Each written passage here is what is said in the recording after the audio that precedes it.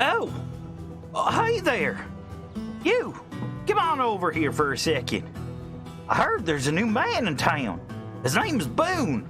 Boone Weston. Who's Boone, you might be thinking? Well, he's a nobody.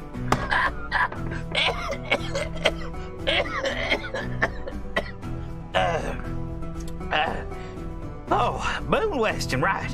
What can I tell you about him? Pull up a chair right quick and I'll tell you what I know. Boone has a simple story. His parents didn't much care to have a kid, so they left him with his uncle to be taken care of. Growing up with his uncle as a father figure, an uncle who couldn't even tell you how love was spelled, Boone knew nothing but the dark and cold shoulder of life.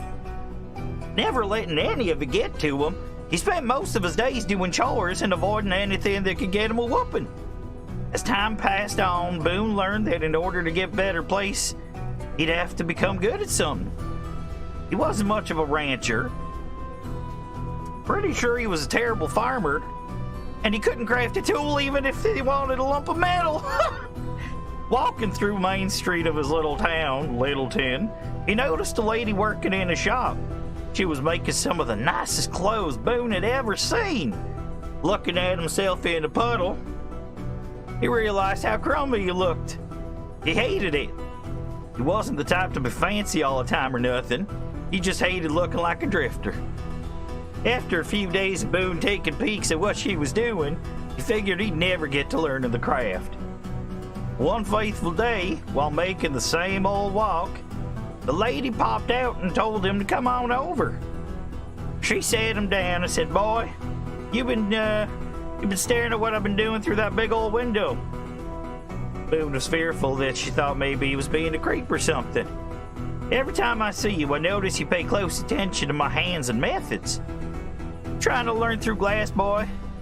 Boone felt embarrassed and thought he should have minded his own darn business. "You can't learn nothing by just watching, boy. Let old Darlene teach you a thing or two."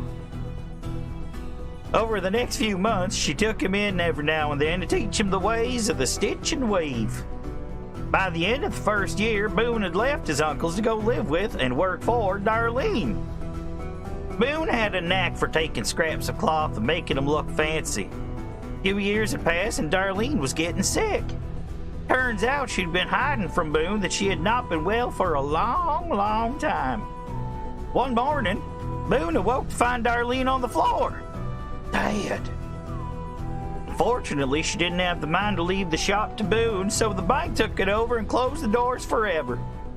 Wrought with grief and sadness, Boone felt it was best to hit the old dusty trail. Now, on the back end of his journey, he sees a new land, one filled with opportunity or death.